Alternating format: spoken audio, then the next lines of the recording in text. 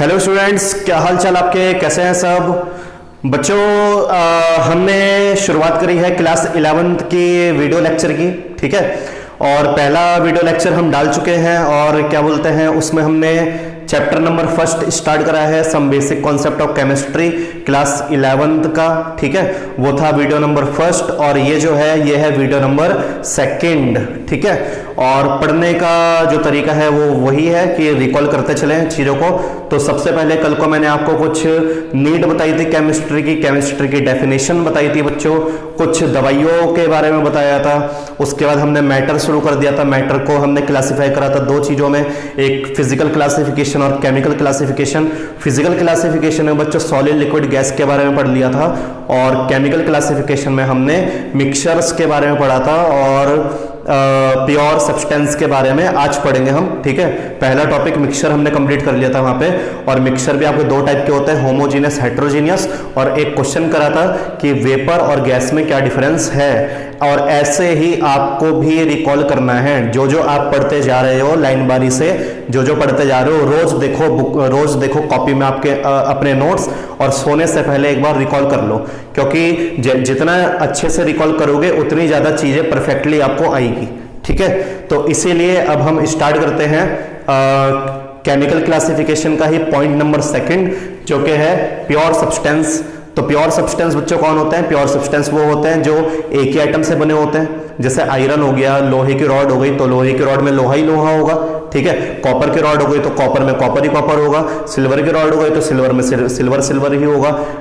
Gold हो गया, pure gold 24 carat का, उसमें गोल्ड के ही पार्टिकल्स होंगे।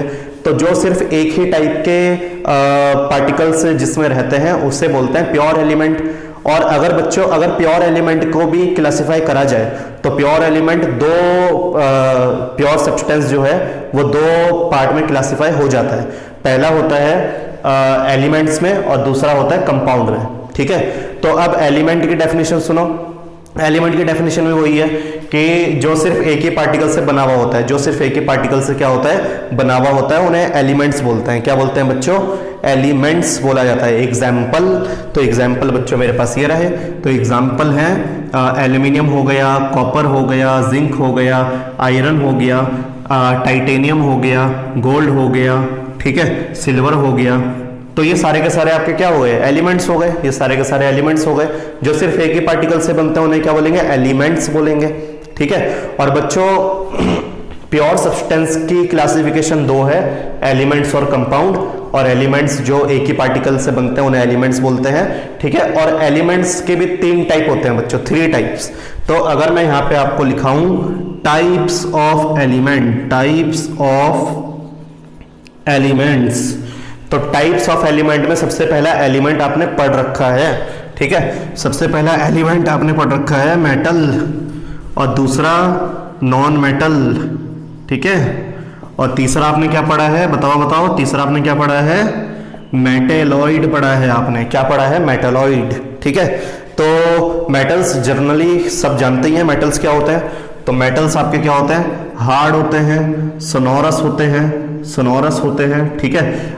मेलिएबल होते हैं, डक्टाइल होते हैं, गुड कंडक्टर ऑफ इलेक्ट्रिसिटी होते हैं, एग्जाम्पल कॉपर, एल्यूमिनियम, सिल्वर, है ना जी। तो मेटल्स के बारे में तो हो गई बात। नॉन मेटल क्या होता है? नॉन मेटल आपके ब्रिटल होते हैं। ब्रिटल अगर खींचोगे या हैमरिंग करोगे तो वो चूरा हो जाएंगे। और क्या होते हैं? बैड कंडक्टर ऑफ इलेक्ट्रिसिटी होते हैं। नॉन सोनोरस होते हैं, sonorous except lead, except diamond, ठीक है। लेड तो इसका हो गया, ठीक है। तो मेटलॉइड, अब मेटलॉइड के और इसके एग्जांपल बच्चों आप ले सकते हो ग्रेफाइट ले सकते हो, सल्फर, फास्फोरस ले सकते हो। तो बहुत सारे एग्जांपल इसके। मेटल नॉन मेटल पढ़ते हुए आ रहे हो क्लास 10 से। मेटलॉइड के बारे में बात कर लेते हैं बच्चों। तो मेटलॉइड क्या होता है? मेटलॉइड वो सब्सटेंस होते हैं जो मेटल की भी प्रॉपर्टी शो करते हैं और साथ ही साथ नॉन मेटल की भी प्रॉपर्टी शो करते हैं। तो the substance which shows properties of metal as well as non metal. और एग्जाम्पल के लिए मैं आपको याद करवाता हूं ग्रुप 15। तो ग्रुप 15 बच्चों आपको याद होगा, नहीं पसंद ऐसे सब भाई, नहीं पसंद ऐसे सब भाई, इस तरीके से आप ग्रुप 15 को याद रख सकते हो। तो नहीं मतलब नाइट्रोजन, पसंद मतलब फास्फोरस, AS मतलब आर्सेनिक, SB मतलब एंटीमनी और BI मतलब बिस्मथ। तो ये जो लास्ट के आप ये देख रहे हो इनको मेटलॉइड बोलते हैं। इनको क्या बोलते हैं? मेटलॉइड। आर्सेनिक, एंटीमनी और बिस्मथ को आप बोल सकते हो मेटलॉइड। ठीक है, तो ये आपके मेटलॉइड होते हैं जो आपके प्रॉपर्टी शो करते हैं मेटल की भी और नॉन मेटल की भी। सिलिकॉन बोरोन भी होते हैं, तो सिलिकॉन बोरोन भी होते हैं जो मेटल नॉन मेटल दोनों की प्रॉपर्टी शो करते हैं, और ये काम आते हैं सोलर सेल में सिलिकॉन बोरोन का केमिकल डाला जाता है ताकि वो रिचार्जेबल रहे, और हमारा जो एप्लीकेशन है, चाहे वो वॉच हो, चाहे वो कोई भी चीज़ हो, टॉय वॉय जो भी हो, तो वो हमारे सोलर सेल से चल जाता है क्योंकि उसके अंदर ये मेटलॉइड सब्सटेंस डला हुआ रहता है।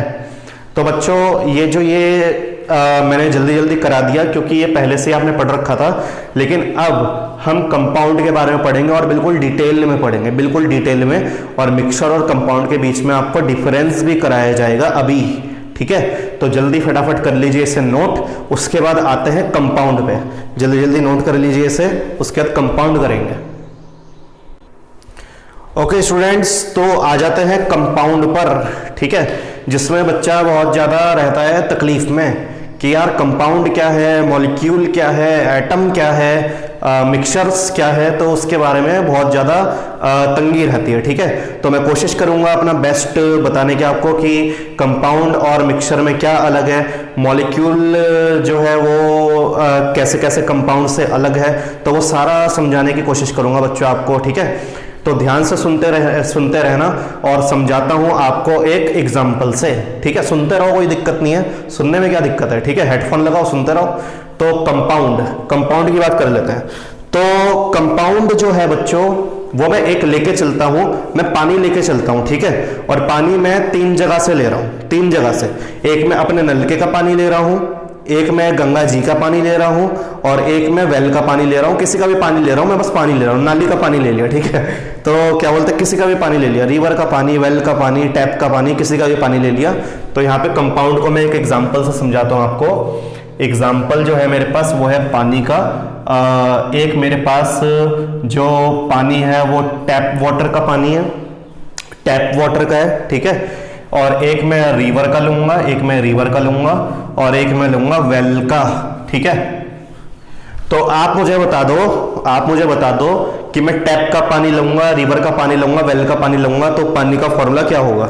ठीक है, चलो टैप का फॉर्मूला लिखता हूं H2O। चलो रिवर का बता दो रिवर का क्या होता है। रिवर का तो रिवर का भी H2O होता है, कोई फर्क थोड़ी ना है, चाहे आप टैप का ले लो, रिवर का ले लो, वेल का ले लो, फर्क थोड़ी ना है बच्चे किसी में। ठीक है, तो यहाँ पे भी जो रिवर का होगा वो H2O होगा, वेल का कुएं का जो होगा वो भी क्या होगा, वो भी H2O होगा, है ना।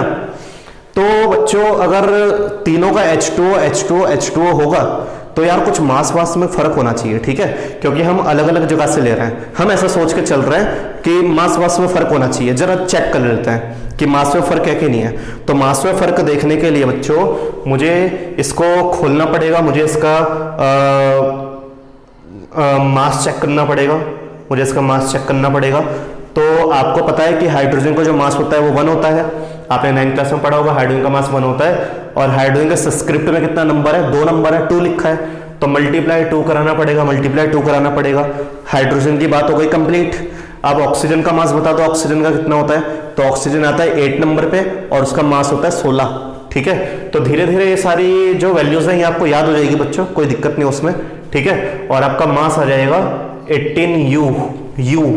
तो U जो होता है उसे AMU भी लिख सकते हैं, जिसे एटॉमिक मास यूनिट भी कहते हैं। आगे जाके एवोगैड्रो में बहुत सारा डिटेल में पढ़ेंगे हम इसे। ठीक है, तो अभी के लिए फिलहाल इतना ही। इसका भी यही होगा क्या, हाइड्रोजन का बिल्कुल सही, ये 1 होगा, हाइड्रोजन के नीचे 2 है तो ये 2 होगा, यहाँ पे ऑक्सीजन का 16 होगा तो ये भी कितना आएगा, 18U आएगा। मास तो यार इसका भी सेम आया।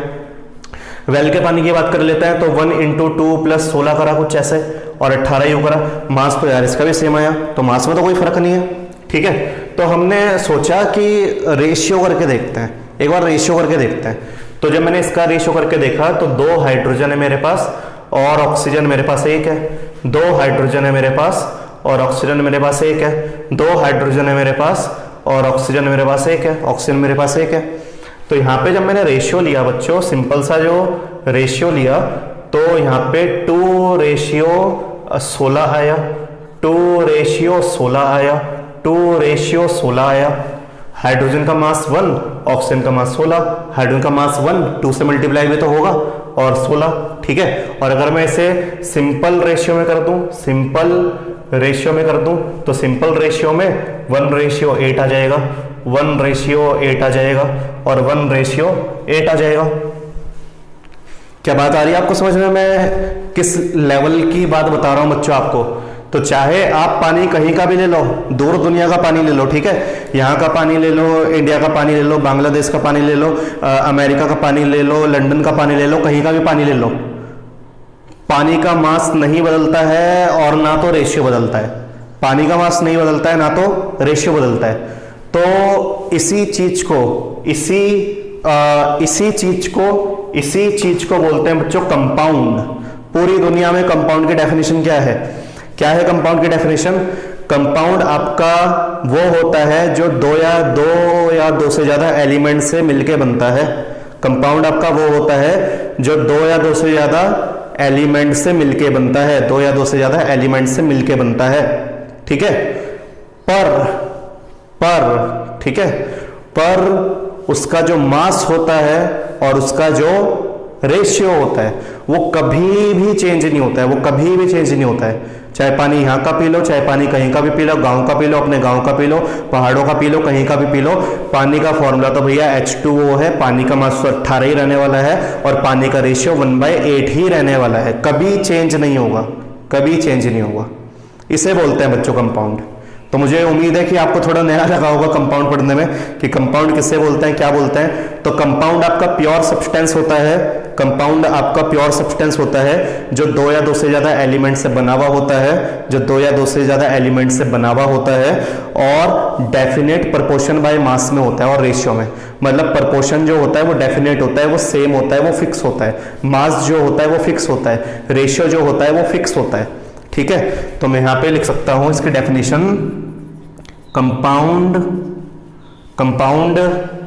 Are pure substance which contain 2 or more elements, combined to form, which combined together in fixed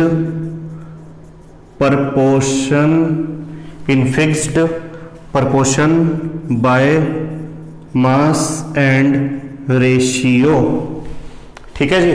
तो compound are the pure substance which contain 2 और मोर एलिमेंट, जो 2 या 2 से ज्यादा एलिमेंट अपने अंदर रखते हैं, combined together in fixed proportion by mass and ratio. तो मास और रेशियो क्या रहने वाला है? हमेशा फिक्स रहने वाला है। ये तो बच्चों मैंने आपको एग्जांपल दिया पानी का, लेकिन आप अलग अलग एग्जांपल भी यूज कर सकते हो। जैसे आप एग्जांपल ले सकते हो सल्फ्यूरिक एसिड का, ठीक है, H2SO4 का, ठीक है। तो चाहे आप H2SO4 मेरी लैब में से ले लो, चाहे आप H2SO4 क्या बोलते हैं स्कूल में से उठा लो, चुरा लो, ठीक है, चाहे आप H2SO4 खुद का अपना खरीद लो, तो H2SO4 ही रहने वाला है, H2SO4 ही रहने वाला है। और अगर इसके मास की बात करें तो 1 into 2 सल्फर का 32 होता है 32 और ऑक्सीजन का 16 और ऑक्सीजन के सब्सक्रिप्ट में है 4, तो ये आ जाएगा 98। ऐसे बिल्कुल इसका भी 98 आएगा, ऐसे बिल्कुल इसका भी 98 आएगा। रेशियो की अगर बात कर लें तो 2 रेशियो सल्फर का 32 होता है, 32 रेशियो 16 4 जा 64, ठीक है। तो जब आप इसे सिंपल होल रेशियो में करोगे तो ये 2 से कट जाएगा और आपको रेशियो सेम मिलेगा। आपको रेशियो क्या मिलेगा? सेम मिलेगा। तो क्लियर हो गया बच्चों आपको कंपाउंड क्या होता है। तो कंपाउंड आपका प्योर सब्सटेंस होता है, कंपाउंड आपका प्योर सब्सटेंस होता है जो दो या दो से ज्यादा एलिमेंट से मिलकर बनता है, जो दो या दो से ज्यादा एलिमेंट से मिलकर बनता है, और उसका जो मास होता है और जो रेशियो होता है वो हमेशा फिक्स होता है, और उसका जो मास होता है, रेशियो होता है, वो हमेशा क्या होगा, फिक्स होगा। तो मुझे उम्मीद है बच्चों कि आपको आ गया होगा समझ में। बाकी आप अगर यहाँ से नोट डाउन करना चाहते हो तो डेफिनेशन फटाफट नोट कर लो। और अब बढ़ते हैं इसकी प्रॉपर्टीज, तो जल्दी जल्दी इसे नोट कर लो, फिर प्रॉपर्टीज पढ़ते हैं बच्चों। नोट करो, चलो ठीक है, नोट करते हैं। तो बच्चों इसकी प्रॉपर्टीज जो हैं वो हमारे काम आएगी डिफरेंस में भी। तो प्रॉपर्टीज को जरा ध्यान से समझना, ठीक है, क्योंकि हम जब डिफरेंस करेंगे अभी तो डिफरेंस में भी काम आएगी। तो जरा कंपाउंड की प्रॉपर्टीज पढ़ लेते हैं। प्रॉपर्टीज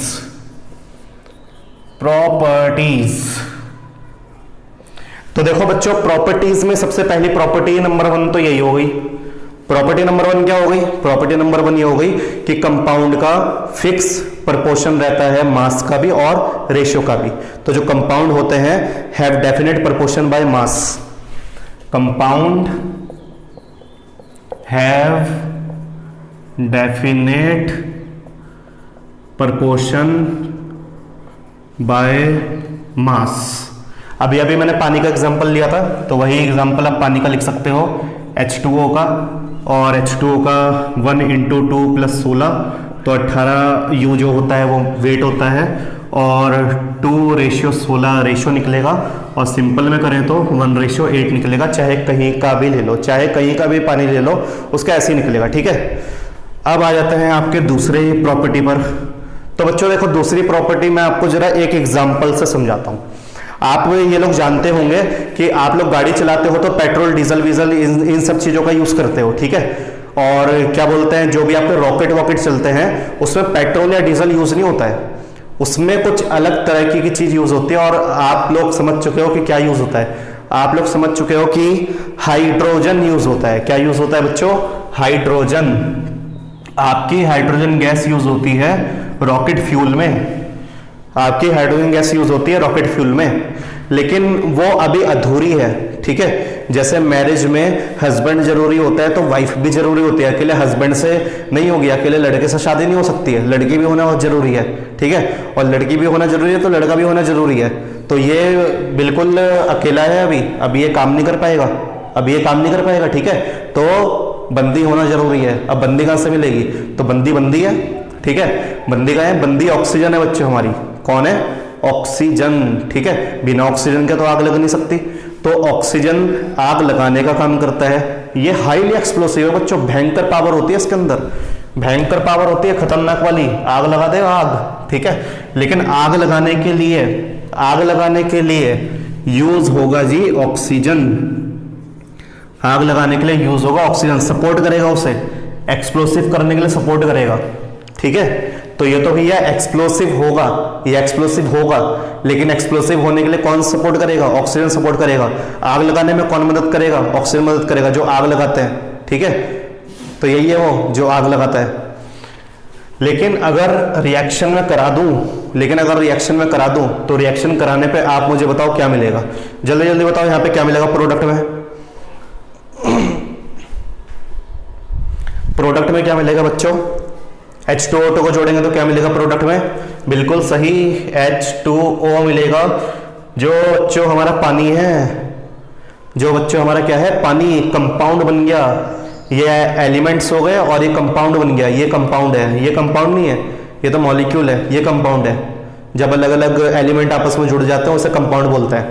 तो यहाँ पे प्रॉपर्टी ये है, एग्जाम्पल देने का मतलब ये था, प्रॉपर्टी समझानी थी।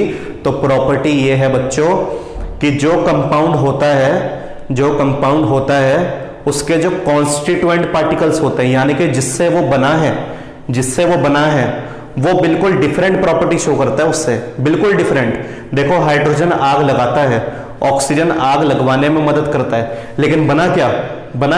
आग बुझाने वाला। बना क्या? आग बुझाने वाला। पानी बुझाता है आग, ठीक है। इसका मतलब जो कंपाउंड है उसके जो कॉन्स्टिट्यूएंट पार्टिकल्स हैं कंपाउंड के जो भी कॉन्स्टिट्यूएंट पार्टिकल्स हैं तो वो बिल्कुल डिफरेंट प्रॉपर्टी रखते हैं अपने खुद से, सेम प्रॉपर्टी नहीं रखते हैं, डिफरेंट रखते हैं। यहाँ पे देखो आग लगाने की बात कर रही है, यहाँ पे आग बुझाने की बात कर रही है। तो कंपाउंड और उसके जो पार्टिकल्स हैं, अलग अलग पार्टिकल्स, वो एक दूसरे से डिफरेंट प्रॉपर्टी रखते हैं बच्चों।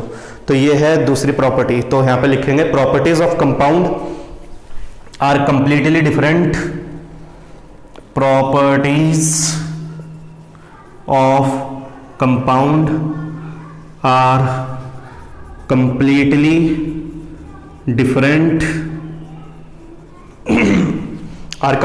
Different from those of its constituent particles, constituent particles बोल लो या तो एलिमेंट बोल लो, कोई दिक्कत की बात नहीं है। constituent elements। तो बच्चों ये दो प्रॉपर्टी है, तो इतना याद रखना। तो पहले ये तो डेफिनेशन नंबर 1 डिफरेंस हो गया। डेफिनेशन जो है वो ये है कि जो कंपाउंड होता है वो आपका 2 या 2 से ज़्यादा एलिमेंट से मिलकर बनता है और हमेशा डेफिनेट प्रोपोर्शन बाय मास और रेशियो में रहेगा। और प्रॉपर्टी क्या है? प्रॉपर्टी नंबर 1, प्रॉपर्टी नंबर वही है कि डेफिनेट प्रोपोर्शन बाय मास में रहेगा। प्रॉपर्टी नंबर 2, जो कंपाउंड होगा उसके जो कॉन्स्टिट्यूएंट पार्टिकल्स हैं जिससे वो बना है उसी से ही वो अलग प्रॉपर्टी शो करेगा अपनी, ठीक है। तो ये है कंपाउंड की दूसरी प्रॉपर्टी, ठीक है। अब यहां पे बात कर लेते हैं बच्चों, क्योंकि 11th लेवल है तो कंपाउंड के भी टाइप होते हैं। तो यहां पे कंपाउंड के बच्चों 2 टाइप है, फटाफट पढ़ लेते हैं इसी के अंदर। तो टाइप्स ऑफ कंपाउंड, तो बच्चों कंपाउंड के हैं 2 टाइप। पहला जो टाइप है वो है ऑर्गेनिक कंपाउंड, और जो दूसरा टाइप है वो है इनऑर्गेनिक कंपाउंड। तो 2 टाइप है बच्चों, ऑर्गेनिक कंपाउंड और इनऑर्गेनिक कंपाउंड। तो ऑर्गेनिक कंपाउंड वो कंपाउंड होते हैं जो हमें बाय नेचर मिलते हैं, लिविंग थिंग से मिलते हैं। किससे मिलते हैं? लिविंग थिंग से। तो जो हमें ऑब्टेन होगा लिविंग थिंग से उसे बोलेंगे ऑर्गेनिक कंपाउंड, लेकिन जो नॉन लिविंग थिंग से ऑब्टेन होगा उन्हें बोलेंगे इनऑर्गेनिक कंपाउंड। जैसे अर्थ के मिनरल से हमें क्या क्या मिलता है? HCl मिलता है, H2SO4 मिलता है, ठीक है। तो ये सारे के सारे हमें अर्थ के मिनरल से मिलता है। नमक हमें अर्थ के मिनरल से मिलता है। तो ये सारे के सारे बच्चों इनऑर्गेनिक है। लेकिन अगर ऑर्गेनिक की बात करें, जैसे हमारा आंट स्टिंग हो गया, यानी कि चींटी का डंक, तो चींटी के डंक में हमें फॉर्मिक एसिड मिलेगा बच्चों, फॉर्मिक एसिड मिलेगा जिसका फॉर्मूला होता है HCOOH, और जिसको शॉर्ट फॉर्म में आपने कार्बन्स कंपाउंड पढ़ा होगा क्लास 10th में। तो फॉर्मिक एसिड का नाम अगर IUPAC में बोला जाए तो इसको बोलते हैं मिथेनोइक एसिड, याद होगा आपको, ठीक है। तो organic compound are those compound which obtain in living source, which obtain in non living source are called inorganic compound। जो non living source से obtain होंगे उन्हें बोलेंगे inorganic compound, जो living source से obtain होंगे मिलेंगे हमको उन्हें बोलेंगे organic compound। तो बच्चों ये था हमारे कंपाउंड का, जितनी भी डिटेल थी वो मैंने आपको बता दी है। थोड़ी सी डिटेल मिक्सचर की पढ़ते हैं, फिर कंपाउंड और मिक्सचर को आपस में डिफरेंस करवाएंगे, ठीक है। तो आप इतना नोट कर लो, और नोट करके थोड़ा सा मिक्सचर के बारे में पढ़ते हैं ताकि हम डिफरेंस फिर जल्दी जल्दी कर लें उसके। तो नोट कर लो फटाफट। ओके स्टूडेंट्स, तो थोड़ा बहुत मिक्सचर के बारे में पढ़ लेते हैं। पहले की वीडियो में मैंने थोड़ा बहुत बता दिया मिक्सचर के बारे में, होमोजेनस हेटेरोजेनियस, लेकिन फिलहाल थोड़ा सा डिफरेंस करने के लिए सेकंड वीडियो में मैं आपको दोबारा से समझा देता हूं, ठीक है। तो मिक्सचर क्या होता है? मिक्सचर वो होता है जिसमें 2 या 2 से ज्यादा डिफरेंट पार्टिकल्स होते हैं आपस में, और किसी भी मास में होते हैं। तो किसी भी मास में मतलब कुछ भी मास हो सकता है, ठीक है। जैसे एग्जाम्पल मेरे पास NaCl हो गया, नमक हो गया और पानी हो गया। तो पानी बच्चों मेरे पास 100 ग्राम है और नमक मेरे पास 5 ग्राम है ऐड। तो देखो डिफरेंस है, एक जैसा तो है नहीं, ये 5 ग्राम है, ये 100 ग्राम है, पार्टिकल्स भी अलग अलग है। पानी का पार्टिकल अलग होता है तो नमक का पार्टिकल अलग होता है। तो डिफरेंट काइंड ऑफ पार्टिकल जब आपस में मिक्स होते हैं, वो भी किसी भी अलग ही प्रपोर्शन में, मास बराबर हो भी सकता है नहीं भी, कभी कभी हो भी सकता है कभी कभी नहीं भी। तो ये हो भी और नहीं के बीच में अटक जाते हैं कभी कभी हम। तो जब भी ये चीज हम अटक जाते हैं तो हम शब्द लगाते हैं इंग्लिश ग्रामर का मे और मे नॉट बी। क्या लगाते हैं? मे और मे नॉट बी। तो ये लेके चलेंगे हम आगे तक, ठीक है। हो भी सकता है बराबर, नहीं भी हो सकता है, पर ज्यादातर बराबर नहीं मिलता है हमको। भाई ऐसा थोड़ी ना है कि अगर मैं तुमको रसना बनाने के लिए दूंगा या तुम्हें नमक का पानी दे रहा हूं तो जितना पानी लूंगा उतना ही नमक डाल के दे दूंगा, ऐसा थोड़ी ना है ना। वो तो कुछ अलग ही लेवल पे पहुंच जाएगी बात, है ना। तो एक सिंपल नॉर्मल इंसान क्या करेगा? अगर आपको नमक का पानी देगा तो नमक का पानी और उसमें आधा चम्मच नमक डाल के देगा, ये नॉर्मल इंसान की बात है, ठीक है। बाकी तो ओपी लेवल के बहुत मिलेंगे आपको, तो मिलते ही रहते हैं ना आपके दोस्त लोग बढ़िया वाले। तो नमक के साथ पानी, शुगर के साथ पानी, तो कभी कभी मास बराबर हो भी सकता है और कभी कभी मास बराबर नहीं हो सकता है, लेकिन most of the time mass बराबर नहीं होता है भाई, ठीक है। Most of the time normally mass बराबर नहीं होता है। तो यहां पे हम बोलेंगे इसकी प्रॉपर्टीज, मिक्सचर की प्रॉपर्टीज में सबसे पहला पॉइंट ये है कि मिक्सचर्स का इनडेफिनेट प्रपोर्शन होता है मास का, ठीक है। Mixtures have indefinite proportion by mass, या तो mixtures have any proportion by mass. कोई भी प्रपोर्शन हो सकता है, कम हो सकता है, ज्यादा हो सकता है, बराबर कभी कभी हो सकता है, ठीक है, ना के बराबर चांस से बराबर के। तो ये है बच्चों बात, ठीक है। अब बात कर लेते हैं, ठीक है, मेरी फेवरेट चाय की। तो जब आप चाय बनाते हो बच्चों, चाय के लिए पानी आपने करा, फिर आपने पत्ती डाल दी, फिर आपने चीनी डाल दी, फिर आपने अदरक डाल दी, फिर आपने सारे चीजें फ्लेवर मिला दिया आपने, ठीक है। तो आप मुझे बताओ, आपको सिर्फ और सिर्फ चीनी का टेस्ट आता है, या सिर्फ और सिर्फ चाय पत्ती का टेस्ट आता है, या सिर्फ और सिर्फ आपको दूध का टेस्ट आता है? तो आपका जवाब होगा सबका टेस्ट आता है सर, हमें तो पूरे का टेस्ट आता है। हमें थोड़ी पत्ती का भी टेस्ट आता है, हमें थोड़ी चीनी का भी टेस्ट आता है, हमें थोड़ा दूध का भी टेस्ट आता है, मतलब आपको मतलब ओवरऑल टेस्ट आता है ना, ओवरऑल टेस्ट आता है। तो वहां पे क्या बात चल रही थी? हाइड्रोजन ऑक्सीजन एक्सप्लोसिव होते हैं और H2O पानी होता है। तो कंपाउंड अपने कॉन्स्टिट्यूएंट पार्टिकल से बिल्कुल डिफरेंट प्रॉपर्टी रखता है। लेकिन मिक्सचर क्या होता है बच्चों? मिक्सचर भी तो मिलाया जाता है, पार्टिकल डाल डाल के मिक्सचर मिलाया जाता है, लेकिन मिक्सचर जो है वो थोड़ी बहुत प्रॉपर्टी अपने एंटायर पार्टिकल्स जैसी रखता है, थोड़ी बहुत प्रॉपर्टी मिड वे में रहती है। टेस्ट चीनी का भी आएगा, टेस्ट पत्ती का भी आएगा, टेस्ट पानी का भी आएगा, टेस्ट दूध का भी आएगा, टेस्ट अदरक का भी आएगा, सारी चीजों का टेस्ट आएगा बच्चों। इसका मतलब प्रॉपर्टी बिल्कुल चेंज नहीं हुई है, प्रॉपर्टी थोड़ी बहुत चेंज हुई है, पर कॉन्स्टिट्यूएंट पार्टिकल के भी टेस्ट आ रहे हैं आपको, कॉन्स्टिट्यूएंट पार्टिकल के भी क्या आ रहे हैं? टेस्ट आ रहे हैं आपको। तो इससे हमें मतलब ये पता चलता है, कहने का मतलब ये है और पता ये चलता है कि जो मिक्सचर है, वो मिक्सचर की जो प्रॉपर्टी है वो मिड वे में लाई करती है, वो थोड़ी बहुत मैचअप होती है उसके कॉन्स्टिट्यूएंट पार्टिकल से, उसके कौन से? कॉन्स्टिट्यूएंट पार्टिकल से। तो बच्चों ये बहुत ही मेजर डिफरेंस है कंपाउंड और मिक्सचर का, ठीक है। तो चलो लिख देता है फटाफट दूसरी property of mixture are midway between, property of mixture are midway between those of its constituent elements,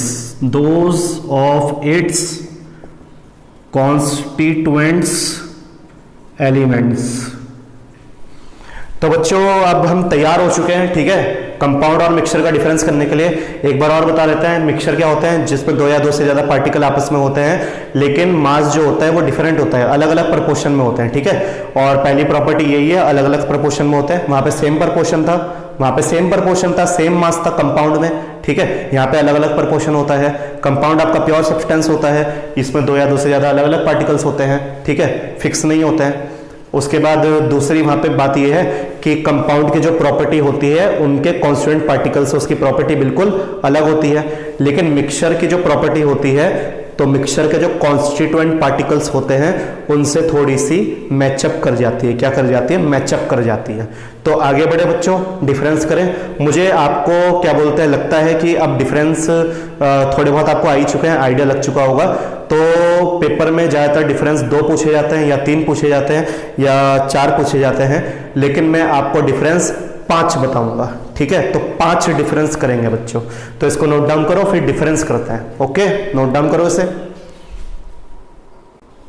okay student, तो सबसे इंपॉर्टेंट क्वेश्चन पेपर का, सबसे इंपॉर्टेंट। ठीक है, तो अभी फिलहाल आपके अगर पेपर होते भी हैं, ऑनलाइन हो या जैसे भी हो, तो एक एक चैप्टर आपका शुरुआत का आएगा या 2-2 चैप्टर आएंगे, और उसमें से एक क्वेश्चन आने की पॉसिबिलिटी ये भी होती है कि मिक्सचर और कंपाउंड का डिफरेंस क्या होगा। ठीक है, तो मिक्सचर ऑफ कंपाउंड का डिफरेंस जो है बच्चों, वो अभी अभी मैंने आपको बताया कि अगर यहाँ पे मिक्सचर लिख दिया मैंने, यहाँ पे कंपाउंड लिख दिया, तो मिक्सचर के जो कॉन्स्टिट्यूएंट पार्टिकल्स होते हैं, जितने भी पार्टिकल्स मिला के हम मिक्सचर को बना रहे हैं, वो किसी भी रेशियो में हो सकते हैं, किसी भी रेशियो में, कम हो सकते हैं, ज़्यादा हो सकते हैं, तो एनी रेशियो, कोई भी रेशियो हो सकता है। लेकिन यहाँ पर कंपाउंड में रेशियो फिक्स होता है बच्चों। कंपाउंड में रेशियो क्या होता है? फिक्स होता है। तो मिक्सचर में रेशियो अलग होता है, पर कंपाउंड में रेशियो जो होता है वो क्या होता है? सेम होता है। मास जो होता है वो सेम होता है। ठीक है, दूसरे पॉइंट की बात कर लेते हैं बच्चों। दूसरा पॉइंट है कंपोजिशन में और may not be uniform. Composition आपकी जो मिलावट होती है वो यूनिफॉर्म हो भी सकती है और नहीं भी हो सकती है, यानी कि बराबर हो भी सकती है और नहीं भी हो सकती है। सेटल डाउन ना हो जाए, जैसे मिट्टी और पानी डाल दिया मैंने, चीनी और पानी डाल दिया, थोड़ा बहुत सेटल डाउन हो जाता है तो वो नॉन यूनिफॉर्म में आ जाती है। तो यूनिफॉर्म हो भी सकती है और नहीं भी हो सकती है। जो आप मिलावट कर रहे हो, जो आप मिला रहे हो, मिला के मिक्सचर बना रहे हो, वो मिक्सचर बराबरी में हो भी सकता है, नहीं भी। और मुझे आपको ये बताने की जरूरत नहीं है कि ज़्यादातर मोस्ट ऑफ टाइम 99% केसेस में बराबर नहीं होता है, क्योंकि जब आप चाय बना रहे हो, तो चाय का एग्जांपल बेस्ट है, चाय बना रहे होते हो तो आप 5 कप अगर बना रहे हो तो ऐसा थोड़ी ना पूरा 5 कप भर के, पूरा ऊपर तक भर के आपने पानी तो डाला है, पर ऊपर तक भर के आप चीनी डाल रहे हो, 5 चम्मच चीनी, वो भी ऊपर तक भर के। ठीक है, पार्टिकल्स को मैच करने के लिए, बस आपकी जबरदस्ती कि पार्टिकल को मैच करना है। फिर 5 चम्मच आपने पत्ती भर दी, उसको भी ऐसे डाल रहे हो, तो गड़बड़ी वाली बात हो जाएगी, गड़बड़ी वाली बात है। और तब भी बराबर नहीं हो पाएगा, क्योंकि पानी का जो पार्टिकल होता है, उसके अंदर पार्टिकल जो पानी के होते हैं वो 10 की पावर 23 होते हैं बच्चों, 10 की पावर 23। तो पानी जो है वो यूनिवर्सल सॉल्वेंट है। यूनिवर्सल सॉल्वेंट का मतलब कि उसके अंदर चीजें बहुत सारी घुलती हैं, पानी का मुकाबला कोई नहीं कर सकता है। पानी हमेशा से ही ज़्यादा रहेगा, पानी के पार्टिकल हमेशा से ही ज़्यादा रहेंगे, पानी के पार्टिकल को कोई जल्दी से बीट नहीं कर सकता है। ठीक है, तो यहाँ पे कहने का मतलब ये है कि यूनिफॉर्म हो भी सकता है और नहीं भी, पर हम तो मान के चल रहे हैं हो भी सकता है, नहीं भी, तभी हमने यहाँ पे लिख दिया मे और मे नॉट बी यूनिफॉर्म, मे और मे नॉट बी यूनिफॉर्म।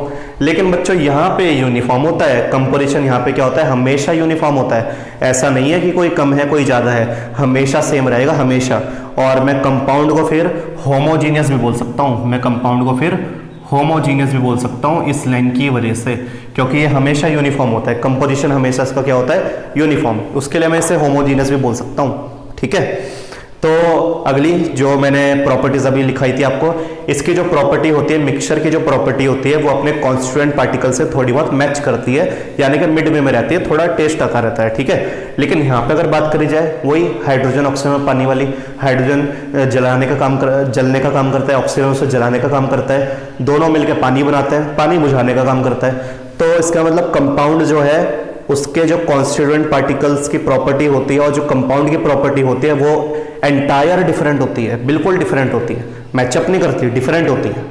तो ये 3 पॉइंट तो बच्चों मैंने आपको पढ़ा दिए थे, 2 पॉइंट और सुन लो आप। ठीक है, तो 4 नंबर पे जो पॉइंट है वो है it is a physical change, it is a physical change. ये जो होता है बच्चों फिजिकल चेंज में आता है, मिक्सचर्स जो आपने मिक्स आपस में करा है वो फिजिकल चेंज में आता है, वो दोबारा से आप रिवर्सिबल उसको कर सकते हो। ठीक है, लेकिन यहाँ पर आप लिखोगे it is a chemical change, it is a chemical change. एक बार जो बन गया सो बन गया, केमिकली कंबाइन होते हैं, it is a chemical change. एक बार जो बन गया सो बन गया, उसको फिर दोबारा से रिवर्स करना बड़ा मुश्किल होता है। ठीक है, एक बार अगर हाइड्रोजन ऑक्सीजन से पानी बन गया तो बन गया, फिर पानी को दोबारा हाइड्रोजन ऑक्सीजन बनाना बहुत दिक्कत की बात होती है फिर। ठीक है, अब ये मत बोलना कि गर्म करेंगे और भाप उड़ जाएगी बन गया। अरे बच्चे भाई, वो जो आपके क्या बोलते हैं वो जो आपका कंटेनर है जिसमें आप पानी को उबालोगे, उसमें वेपर्स बन रहे हैं पानी के, H2O भाप बन रही है। H2O में से H और O अलग नहीं हो रहे हैं, सेपरेट नहीं हो रहे हैं, टूट नहीं रहे हैं, वो सिर्फ आपने भाप बना दी है। अब वो भाप बन के पता नहीं कहाँ चले गया, अब आपका ढप्पा हो गया, ठीक है। तो it is a chemical change, it is a chemical change. अब आ जाओ जरा इधर पे 5th पॉइंट। तो 5th पॉइंट बच्चों ये है कि मिक्सचर को सेपरेट करा जा सकता है। मिक्सचर को क्या करा जा सकता है, इजीली सेपरेट करा जा सकता है, पर यहाँ पे सेपरेट करने में थोड़ी तकलीफ होगी, ठीक है, क्योंकि केमिकली कंबाइन हो जाते हैं तो केमिकल को फिर तोड़ना मुश्किल होता है। तो इजीली सेपरेटेड करा जा सकता है, ठीक है। डिफिकल्ट टू सेपरेट करना बच्चों थोड़ा सा डिफिकल्ट हो जाता है, इसे सेपरेट करना थोड़ा सा डिफिकल्ट हो जाता है। तो बच्चों ये कुछ 5 पॉइंट है जो आपको मिक्सचर और कंपाउंड के पता होने चाहिए, ठीक है। और हाल फिलहाल आपने इतना पढ़ चुके हो, और मुझे एक और चीज अभी आपको पढ़ानी है, वो अभी पढ़ा देते हैं, बस 5 मिनट का और टॉपिक है, उसका नाम है मॉलिक्यूल्स। तो मॉलिक्यूल्स के बारे में आपको पढ़ा देते हैं बच्चों जल्दी फटाफट। तो आप इसे नोट करिए, उसके बाद मॉलिक्यूल्स पढ़ते हैं बच्चों, नोट करो इसे, फिर मॉलिक्यूल पढ़ेंगे। ओके स्टूडेंट, तो मॉलिक्यूल्स के बारे में पढ़ लेते हैं, ठीक है। तो देखो बच्चों, मॉलिक्यूल्स जो है वो आप लोग जानते हो कि बाय नेचर आपके पास मॉलिक्यूल्स बहुत होते हैं, 2 एटम से मिलके बनते हैं मॉलिक्यूल्स। जैसे यहाँ पे मेरे पास अगर यहाँ पे 2 एटम है, जैसे मेरे पास यहाँ पे हाइड्रोजन हो गया और हाइड्रोजन हो गया, दोनों आपस में कंबाइन होकर क्या बना लेंगे, H2 बना लेंगे, तो इसे बोलेंगे मॉलिक्यूल। H2 को बोलेंगे मॉलिक्यूल और खाली H को एटम बोलेंगे। ऐसे ही मेरे पास अगर ऑक्सीजन होगा तो दोनों मिलके क्या बना लेंगे, दोनों मिलके O2 बना लेंगे, तो O2 को बोलेंगे मॉलिक्यूल, ठीक है। और O को बोलेंगे एटम।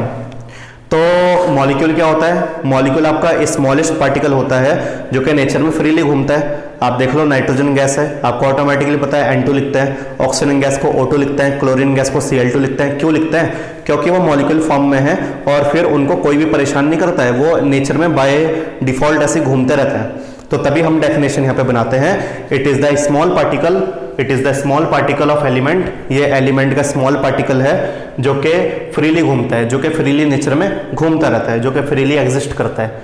और एग्जाम्पल हम इसमें बच्चों क्या क्या लिख सकते हैं, एग्जाम्पल हम इसमें लिख सकते हैं H2 लिख सकते हैं, O2 लिख सकते हैं, N2 लिख सकते हैं, Cl2 लिख सकते हैं, HCl लिख सकते हैं, H2SO4 लिख सकते हैं। ये भी मॉलिक्यूल की कैटेगरी में आता है। लेकिन अब आप लोग बोलोगे कंपाउंड है, HCl बोलोगे कंपाउंड है, ये मॉलिक्यूल थोड़ी ना है सर। तो मैं आपको कंपाउंड और मॉलिक्यूल का डिफरेंस अभी समझा दूंगा बच्चों कि मैं किस लेवल पे बात कर रहा हूँ अभी, ठीक है। और HNO3 हो गया, नाइट्रिक एसिड हो गया, CH3COOH हो गया, ये सब मॉलिक्यूल की कैटेगरी में आते हैं। अब मॉलिक्यूल की कैटेगरी को यही दिक्कत थी, आप लोगों के माइंड में ये बात आई, ये तो मॉलिक्यूल है पर ये तो मॉलिक्यूल नहीं है ना, ये तो कंपाउंड है। तो इसी को ही बताने के लिए हमने मॉलिक्यूल को 2 पार्ट में तोड़ दिया। पहला जो पार्ट है वो है होमो एटॉमिक मॉलिक्यूल, और दूसरा जो पार्ट है वो है हेट्रो एटॉमिक मॉलिक्यूल। तो होमो एटॉमिक मॉलिक्यूल का बच्चों एक और नाम सुनो, होमो एटॉमिक मॉलिक्यूल को होमो न्यूक्लियर मॉलिक्यूल भी बोलते हैं, होमो न्यूक्लियर मॉलिक्यूल भी बोलते हैं। और हेट्रो एटॉमिक मॉलिक्यूल को हेट्रो न्यूक्लियर मॉलिक्यूल भी बोलते हैं, न्यूक्लियर मॉलिक्यूल भी बोलते हैं, ठीक है। तो होमो एटॉमिक मॉलिक्यूल और homo nuclear molecule, hetero atomic molecule और हेट्रो न्यूक्लियर मॉलिक्यूल। हेडिंग पर आ जाते हैं बच्चों। हेडिंग का मतलब क्या कि होमो क्या बता रहे हैं, होमो क्या बता रहे हैं, होमो बता रहे हैं सेम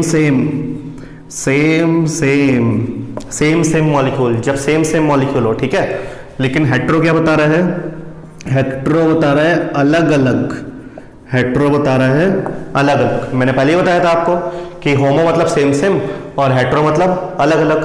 तो यहां पर आपके सेम काइंड ऑफ एटम जब कैसे होंगे, सेम काइंड के, सेम मतलब सेम। जैसे यहां पर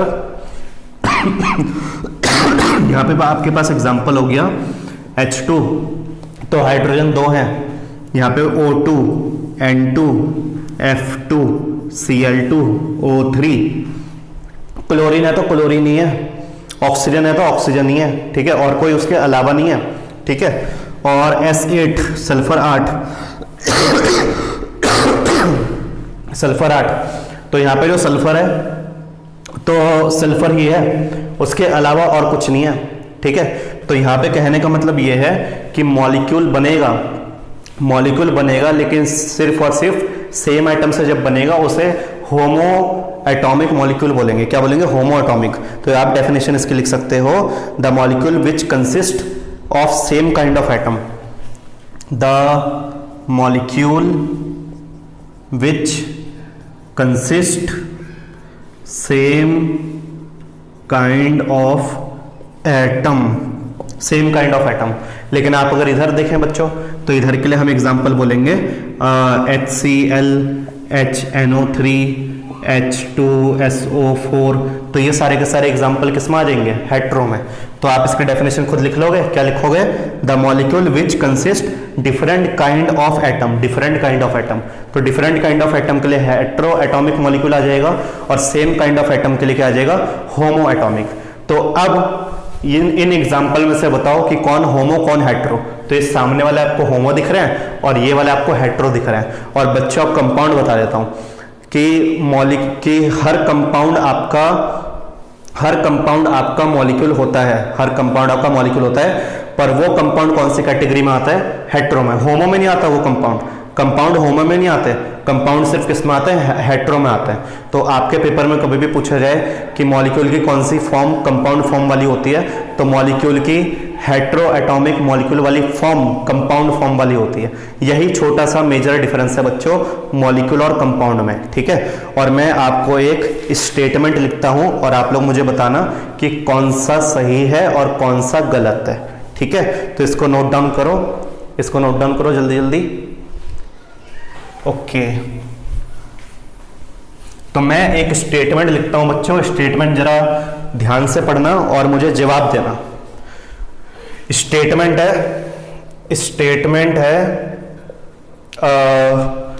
all molecules are compound, all molecules are compound, but all compound are not molecules. ठीक है, एक तो ये हो गया। दूसरा है ऑल कंपाउंड्स आर मॉलिक्यूल्स, दूसरा है all compounds are molecules but all molecules are not compound.